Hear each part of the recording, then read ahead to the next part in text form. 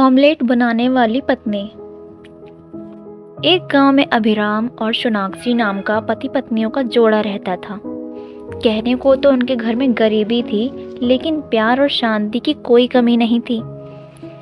दोनों पति पत्नी हमेशा एक दूसरे को बहुत प्यार करते और हमेशा एक दूसरे को हिम्मत देते थे। अभिराम बाहर के सभी कामों को समेटता था और सोनाक्षी घर गृहस्थी का सारा काम बड़ी कुशलता से पूरा कर लेती थी।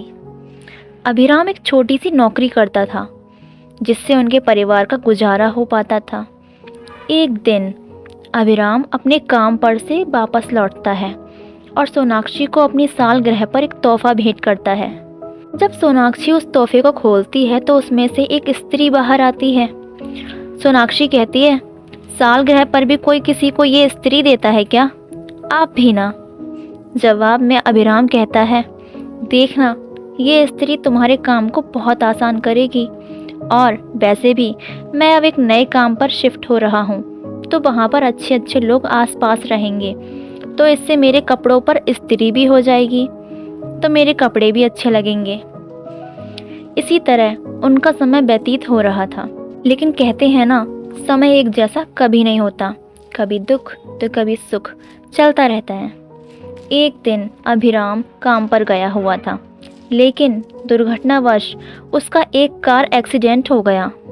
एक्सीडेंट इतनी बुरी तरह से हुआ था कि उसे बिस्तर पकड़ना पड़ा। अब उनके घर की आर्थिक स्थिति बहुत ही नाजुक हो चुकी थी, क्योंकि घर में कमाने वाला केवल अभिराम ही था।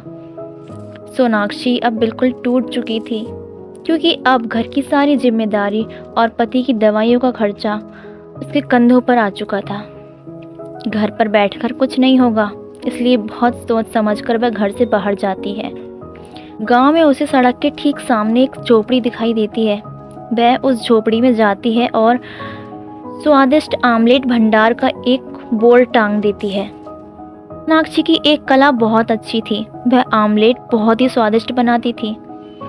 उसने अपने बचे हुए पैसों से कुछ अंडे और आमलेट की बाकी सामग्री भी खरीद ली, लेकिन पकाने के लिए उसके पास कोई भी साधन नहीं था, जिसकी वजह से वह वापस उदास हो जाती है। लेकिन तभी उसके मन में एक विचार आता है। वह अपने पति के दिए हुए तोहफे स्त्री को घर से लेकर आती है। वह स्त्री को गर्म करने के लिए रख देती है। थोड़ी देर में ही स्त्री गर्म हो जाती है। तब तक वह ऑमलेट के लिए अंडे और उसके घोल को तैयार करती है। वह तुरंत इस घोल को स्त्री पर डालती है। स्त्री गर्म होने के कारण वह तुरंत आमलेट पका देती है।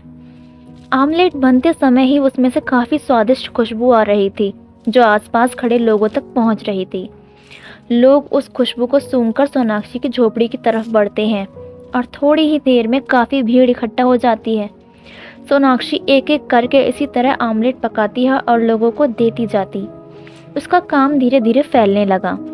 लोग आमलेट खाते और अपने दोस्त रिश्तेदारों को भी बताते, जिससे और भी ज़्यादा लोग सोनाक्षी की झोपड़ी तक पहुंच पाते। धीरे धीरे उसका व्यवसाय बढ़ता गया और उसने एक बड़ा सा ढाबा भी खोल लिया। अच्छी स्वादिष्ट ऑमलेट के किस्से अब अखबारों में भी छपने लगे। अब सोनाक्षी के पास काफ़ी पैसे थे। धीरे धीरे उनकी आर्थिक स्थिति भी सुधरती गई और उसने अपने पति का ठीक से इलाज भी करवाया। अभिराम अपनी पत्नी की काबिलियत और तेज दिमाग को देखकर काफ़ी खुश हुआ। वे दोनों हॉस्पिटल से घर वापस आए। अभिराम अब बिल्कुल ठीक था, तो वह वापस अपने काम पर जाने लगा। कुछ दिनों बाद उन दोनों की दूसरी सालगिरह भी आ गई। अभिराम काम से लौटते वक्त दोबारा से सोनाक्षी के लिए एक तोहफा लाया। जब सोनाक्षी ने उस तोहफे को खोला तो उसमें अब बड़ी स्त्री निकली। इस बार फिर से सोनाक्षी चौंक गई और हंसते हुए बोली, दोबारा से स्त्री लाए हो? अभिराम कहता है, पिछली बार जो मैंने स्त्री दी थी उसने हमारे जीवन की सारी मुसीबतों को दूर कर दिया। अब ये स्त्री भी तुम्हारी बहुत मदद करेगी। और दोनों हंसने लगते हैं। इस तरह अब उनके परिवार से मुसीबतों के सारे बादल छट जाते हैं और वे खुशी खुशी अपना जीवन व्यतीत करने लगते हैं। कहानी को यहाँ तक सुनने के लिए आप सभी का हृदय से धन्यवाद। इस तरह की प्रेरणादायक कहानी सुनने के लिए हमारे चैनल को ज़रूर सब्सक्राइब करें। Thank you.